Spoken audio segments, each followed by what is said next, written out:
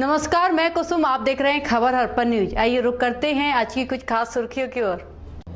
देश में आदिवासियों के हक के लिए जल जंगल जमीन का नारा बुलंद करते हुए आदिवासियों की लड़ाई लड़ने वाले एकता परिषद की श्योपुर जिले में 21 सितंबर से न्याय और शांति के लिए शुरू की गई पैदल यात्रा अपने आखिरी पड़ाव के दौरान विजयपुर पहुंची और न्याय और शांति के लिए जिले में निकाली गई यात्रा में शामिल सैकड़ों आदिवासी महिला पुरुष शामिल होते हुए विजयपुर तहसील कार्यालय का घेराव करने पहुंचे और विजयपुर एसडीएम को एक ज्ञापन सौंपते हुए श्योपुर जिले में रहने वाले आदिवासियों की समस्याओं को समाधान करने की मांग की। 21 सितंबर से 2 अक्टूबर तक शुरू की गई एकता परिषद की यात्रा श्योपुर और विजयपुर के आदिवासी इलाकों के 40 गाँव में घूमी और यात्रा के दौरान गांव-गांव घूमकर आदिवासियों की समस्याओं को जानते हुए उनके वर्तमान हालतों को देखा, आदिवासियों की समस्याओं को समझा और जिले में शहरी परिवारों की स्थिति को लेकर श्योपुर जिला प्रशासन के नाम एक 10 सूत्रीय ज्ञापन विजयपुर एसडीएम को सौंपा।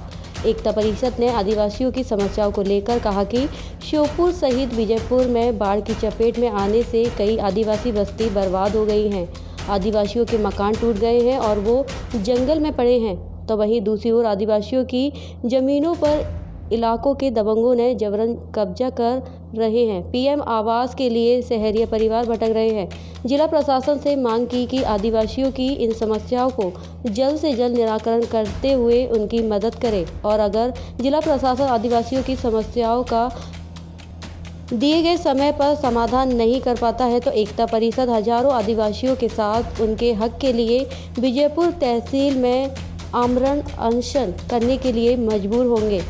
एकता परिषद की तहसील घेराव के दौरान कांग्रेस के प्रदेश कार्यकारी अध्यक्ष पूर्व मंत्री रामनिवास रावत सहित पूर्व विधायक बाबूलाल मेबरा और एकता परिषद के संरक्षक रामदंत सिंह तोमस शामिल रहे।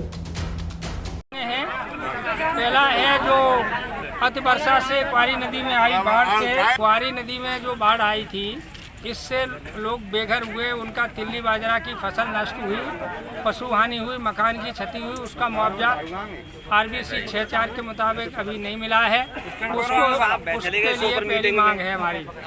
दूसरी मांग है कि जो वनाधिकार पत्र दिए जा रहे थे उनके जो दावे लगाए गए 1207 अनुविभाग क्षेत्र में, जिसमें मात्र अभी 82 लोगों को पट्टे मिले हैं, शेष दावों को पुनः विचार करके वन अधिकार दिए जाएं। नंबर 3 ये है, भू माफियों ने जो शासकीय ज़मीन को पिपरवास और तेलंगाना में घेर रखी है, उस पर अभी जो है प्रशासन ने कोई कार्रवाई नहीं की है। उस ज़मीन को तत्काल खाली करा के आदिवासियों के हित में कुछ किया जाए।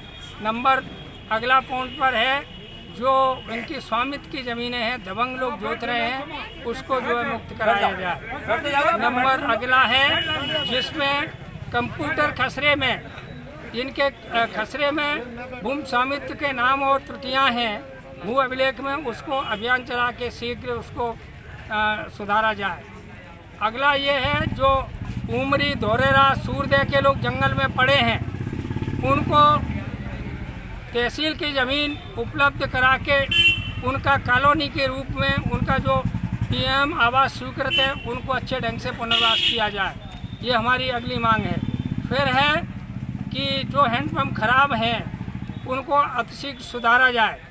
अगली मांग है कि जो आंगनबाड़ी केंद्र विहीन गांव हैं, जैसे धवानी है, सायपुरा है, अन्य क्षेत्र में जहां पर आंगनबाड़ी केंद्र नहीं है वहां पर आंगनबाड़ी केंद्र खोले जाएं और भवन निर्माण कराया जाए।